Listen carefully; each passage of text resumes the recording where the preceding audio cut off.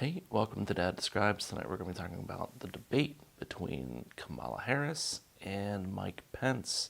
This was a much more interesting debate. It was a lot better tone than the Biden-Trump debate. I think that each campaign had a couple of different objectives that they needed to complete on the checklist.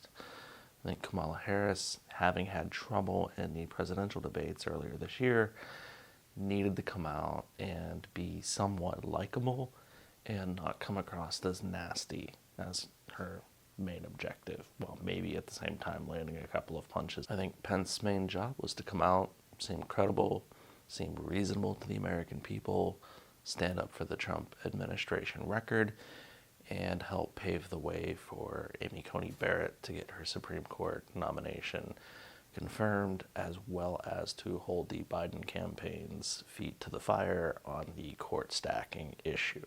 Tenor-wise, I think both of these candidates came out and came across as, for the most part, reasonable and strong in their debate performance. Not perfect, but strong. Where I think Kamala did a little bit stronger was making an emotional appeal to the American people on a number of items like COVID.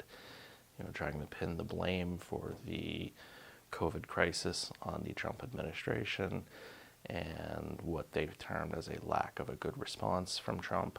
I think if you're on the left, you would have found that attack line effective, but I overall don't know if that works with the moderates and rights to actually score points. On healthcare, I don't think either candidate really advanced or lost ground on that issue.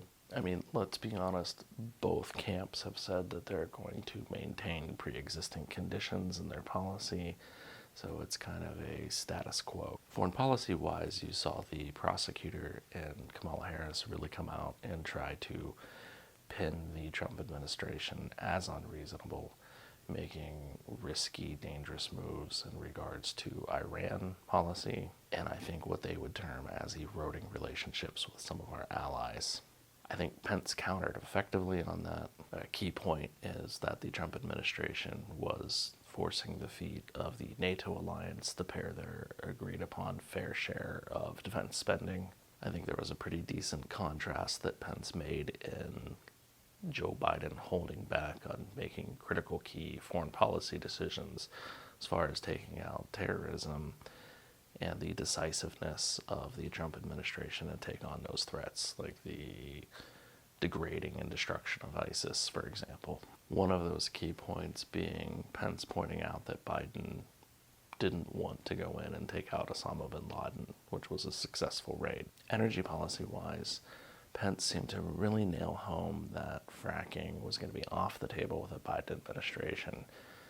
And that's going to be a really big election issue for states like Pennsylvania that have really made a comeback in the Rust Belt with fracking and having good paying jobs. The Biden administration, for their part, claims that they won't hold off fracking, but you have had Joe Biden flip back and forth on what exactly he would do with fracking, saying that he would keep it, saying he would get rid of it. If you're somebody who makes their living off of that in Pennsylvania, you need an honest answer.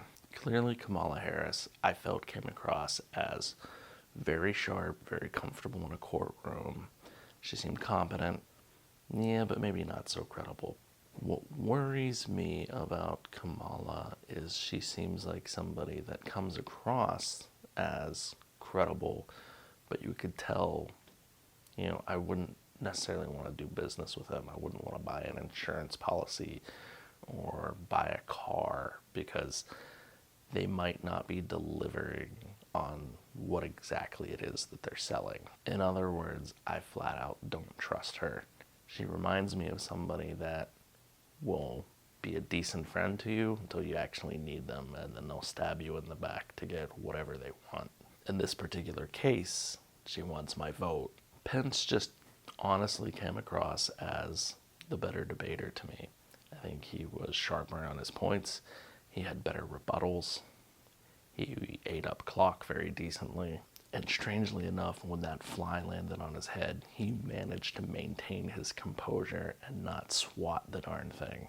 I mean, you want to talk about his pro-life stance. He's got to be pro-life because he didn't kill that fly on national television that was hanging out on his head for all that time. I think I would have been like, get out of here.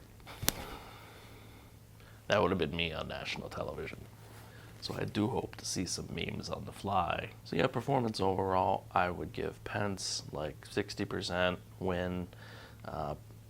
Kamala Harris, I think she was more at a 40% performance on the balance of who held their own on the debate. Thought it was a good debate. I thought the moderator overall did a decent job. She did hold her feet to the fire with Kamala Harris once or twice, so it was a little bit more balanced than what the Chris Wallace performance was. But let me know your reaction to the debate. Who do you think won? Do you think Kamala Harris came across as likable to you? Did Pence seem credible and reasonable? Would you have smacked that fly and killed it?